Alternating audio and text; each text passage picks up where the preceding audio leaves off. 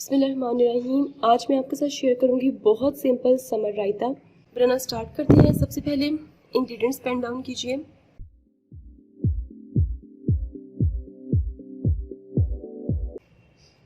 Salt to test, ज़ीरा half tea spoon, एक अदद खीरा, इसका मैंने छिलका उतार के फिर मैंने इसे चॉप किया, कुटी हुई काली मिर्चें, पार्सले और दही। अब बनाना स्टार्ट करते हैं।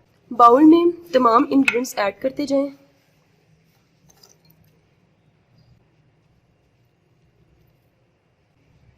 काली मिर्च, पार्सले, सॉल्ट,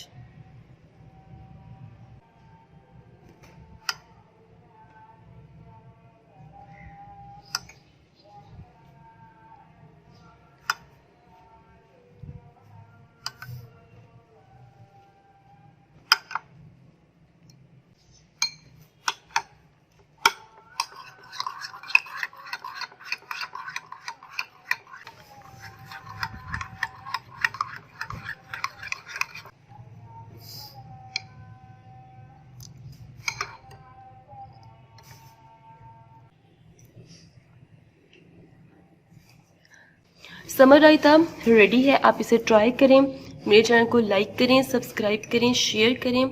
सबसे इम्पोर्टेंट चीज़, मुझे अपनी दुआओं में याद रखें। Keep watching mum's kitchen secrets. Stay tuned and Allah हाफिज़।